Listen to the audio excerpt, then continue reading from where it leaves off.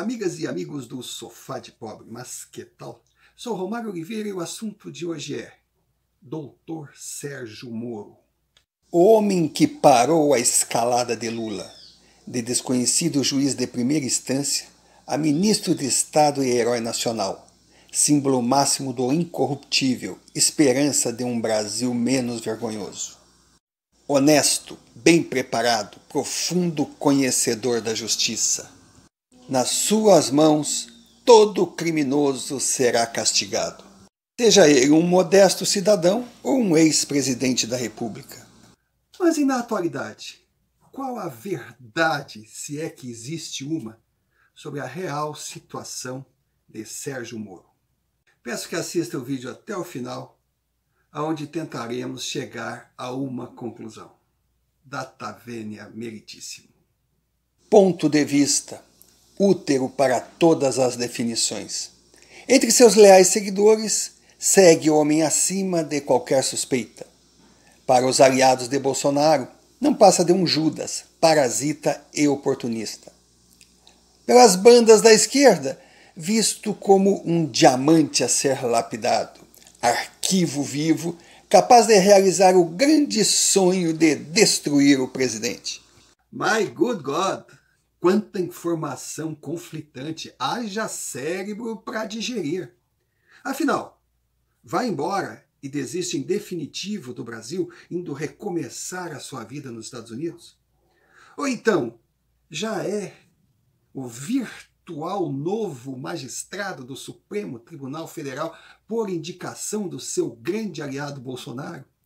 Ou quem sabe, pretende ser candidato à presidência da República em 2187 ou realizar o grande sonho de infância de se tornar um juiz de futebol? Cara, não é fácil. Mas também não é difícil. No decorrer desse vídeo, sem acreditarmos uma terceira possibilidade, iremos apresentar as duas alternativas que lideram as apostas no país. Sofá de Pobre jamais ficou em cima do muro e não será agora que irá começar. Já afirmamos anteriormente e ainda não mudamos de opinião. A primeira alternativa, no nosso entender, é a mais provável de se confirmar como o final dessa história.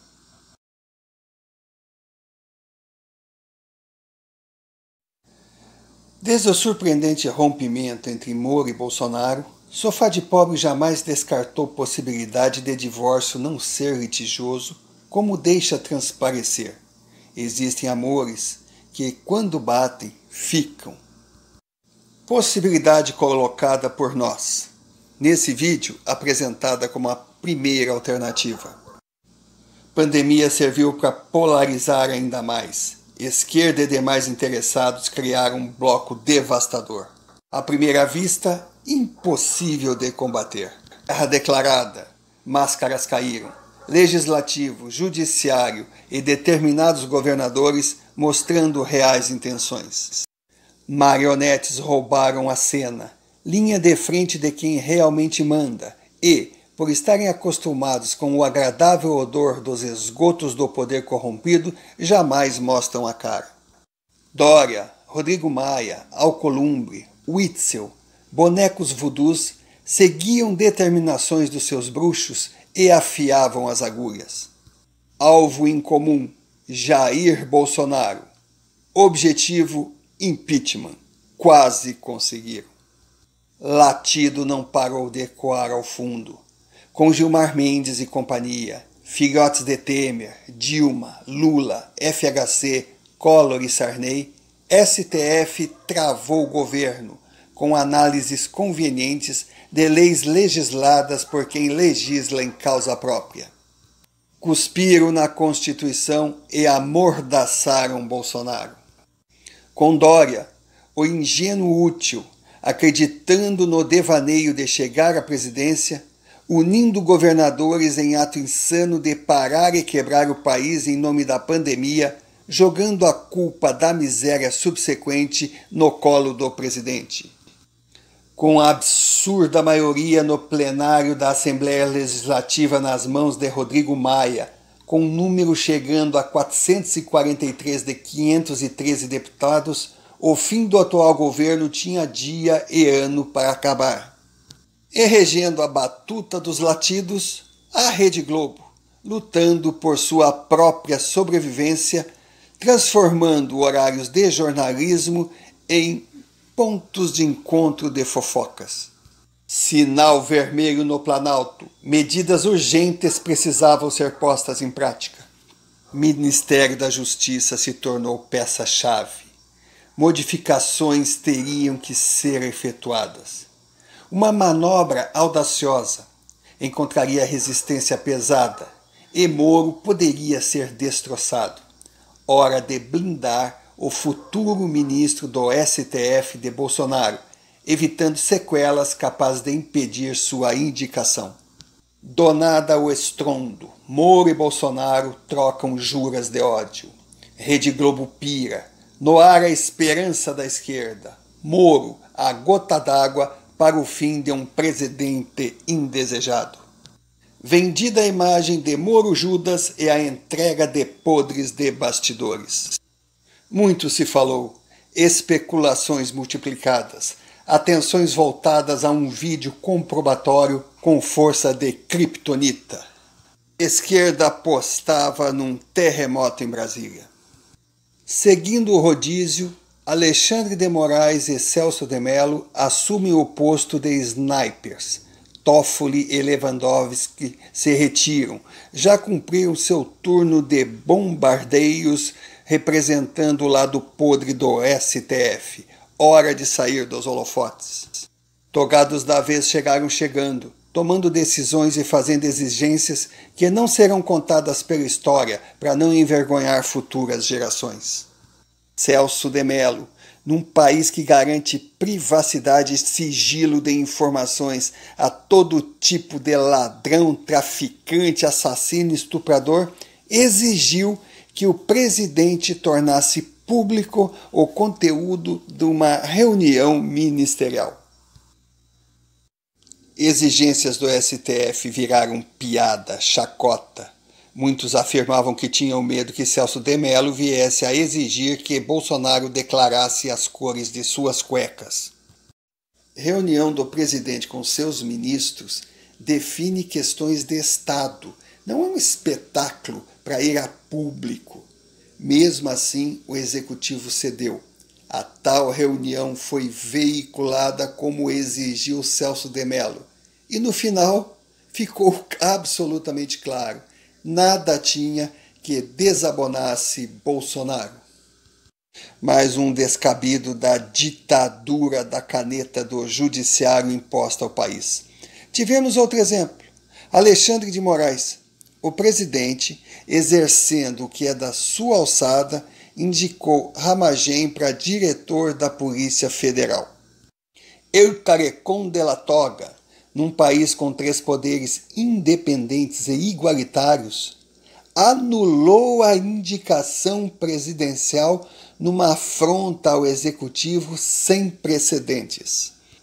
Com atenções voltadas a Moro, Celso de Mello, Alexandre de Moraes e discussões paralelas, Bolsonaro aproveitou para comer pelas beiradas, passou a negociar cargos do Ministério da Justiça com o Centrão. Resultado: governadores e Rodrigo Maia em pânico. Centrão e Bolsonaro transformados em amiguinhos de infância. Maia perdeu maioria e o impeachment foi descartado. Em paralelo, Moro, oficialmente desempregado, recebeu do ex-chefe, dito agora como inimigo, garantia de um seguro-desemprego dos sonhos, 6 meses recebendo igual como se ainda fosse o ministro. Coincidência, exatamente o prazo de 6 meses que resta para a saída de Celso de Mello e a indicação do seu sucessor no STF. Não bastasse, agora vem uma notícia de Curitiba. Moro de malas prontas para mudar para os Estados Unidos da América. Segundo informações, Moro estaria insatisfeito com o rumo dos fatos. Ataques entraram em sua residência, alcançaram a esposa e afetam sua vida familiar. Com a saída do ministério, deu por finalizada a missão no Brasil, não havendo mais razões para permanecer por aqui. Afirma estar com a consciência em paz e certeza do cumprimento da lei sem se deixar corromper. Chegar a hora de virar a página, recomeçar e buscar novos horizontes para suas vidas pessoal e profissional. Destino seria uma cidade da costa leste americana, no sul do país, com presença significativa de investimentos de brasileiros, onde não seria difícil conseguir exercer a advocacia. Não revelar um nome, mas definição faz a palavra Miami brilhar igual a neon. E agora?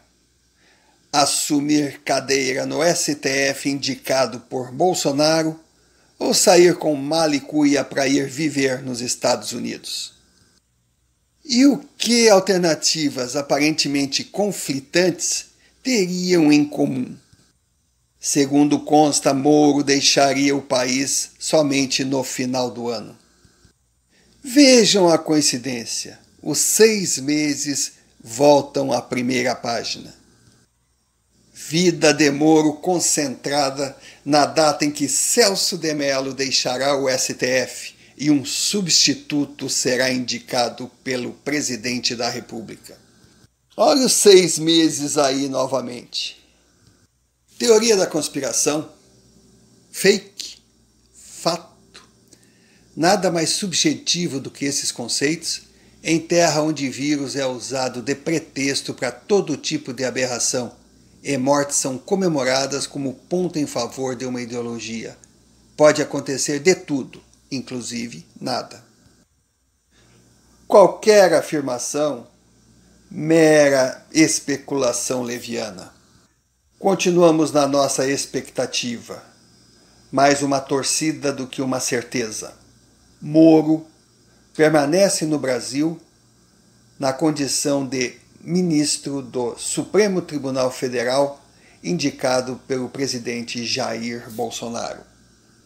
Morar nos Estados Unidos não está totalmente descartado, mas seria um plano B, uma saída de emergência caso acontecesse algum acidente de percurso. Possibilidade de uma terceira opção, no nosso entender, embora não nos coloquemos como donos da verdade, está totalmente descartado. Em meio a esse emaranhado de ses e talvez, apenas um fato concreto. Bolsonaro coloca em prática o já consagrado pela sabedoria popular. Aquilo que não me destrói, me fortalece. A cada tentativa frustrada de opositores de derrubá-lo, ele se torna mais forte. Discurso e argumentos da oposição em acelerado processo de decomposição.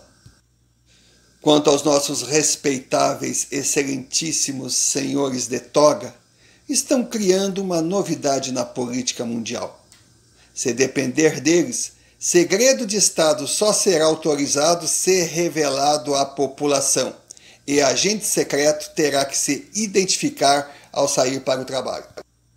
Reafirmam ser o Brasil uma democracia, onde prevalece o respeito à Constituição, aos direitos civis e à liberdade.